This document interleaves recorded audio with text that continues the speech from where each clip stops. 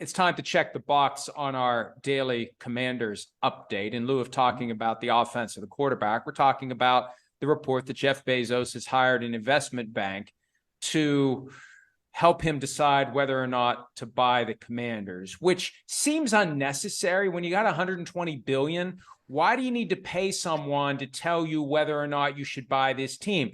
And guess what? It's going to be expensive to buy the team. And also, the value is still going to keep going up. These aren't bad investments. The question is, do you have the money to make the investments? These are always good investments. So I don't know why he's doing this, unless he just doesn't want to be bothered with the details, which is one of the privileges of being filthy rich, Myles. But it feels like the first step toward Jeff Bezos making his play to buy the Commanders, which I would say every Commanders fan wants to have happen. I would think so. I mean, you would have the richest owner in on all of sports, right? I mean, this guy is somebody who, pardon the phrase, but wipes his ass with $7 billion if that's what Dan Snyder wants for the team, right? And, the reporting was that there weren't any. That would seem excessive. Well, I mean, think you could do it with less than 7. He probably could, but he wouldn't really feel it when you're worth 120 billion. I mean, how much are you really going to feel this 7 billion? Oh, look at that. It's a little prick on my elbow. Huh. I guess. Oh, well, like that's one thing that then happens to me. But I mean, if Dan Snyder wants $7 billion, he might not get it from anybody other than Jeff Bezos, right? I mean, the first initial bids, they were all 6.3 billion was the top one. So we'll see what happens. But I mean, if you're a Commanders fan and you have this guy who's got all the money in the world, basically, and wanting to buy your team, boy, that's a great, great thing.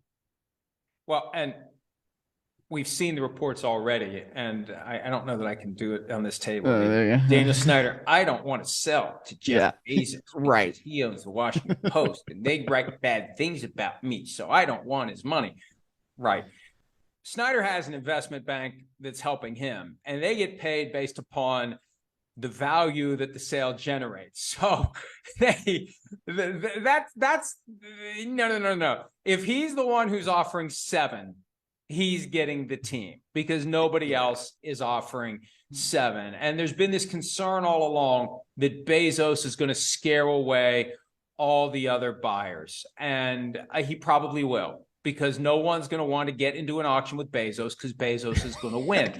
Josh Harris is one of the potential buyers of the Commanders. He was in it for the Broncos, and we reported he would have paid $5 billion for the Broncos, but he didn't offer $5 billion because if he'd offered $5 billion, the Walmart moguls would have offered 5.1. So then he goes to 5.2. They offer 5.3. So he bowed out, because one of these days he wants to buy a team and he doesn't want to drive up the price he's going to have to pay in the future, because that becomes the floor for the next team. So he's not going to get into a bidding war with Bezos. Bezos is going to get the team for whatever he wants. And if 7's a number, 7's a number. And you know what? It's going to be worth 10 within the next 5 years anyway. So just pay the 7, move on. Now, it's easy to say because it's not our money. One thing I've learned about really rich people is they're as cheap as really poor people, because they don't like giving money away. They don't like wasting money. And it becomes part of a chess match. If I can get this for less by pointing to this, and that's why the investment banking firm is there to look at the books and identify liabilities and come up with reasons why this number isn't justifiable. That's part of the game. That's part of where you get your satisfaction when you're really rich. I was able to buy something for less than I should have had to pay for it. So win one for me, like big freaking deal at the end of the day. But sometimes that's what motivates folks who have really nothing better to do. Well, yeah, absolutely. And, I guess maybe one day one of us will know what that's like. But the other part of this, I mean, like you said, the value of the Washington Commanders is only going to go up. And that's especially because they're going to be able to build a new stadium.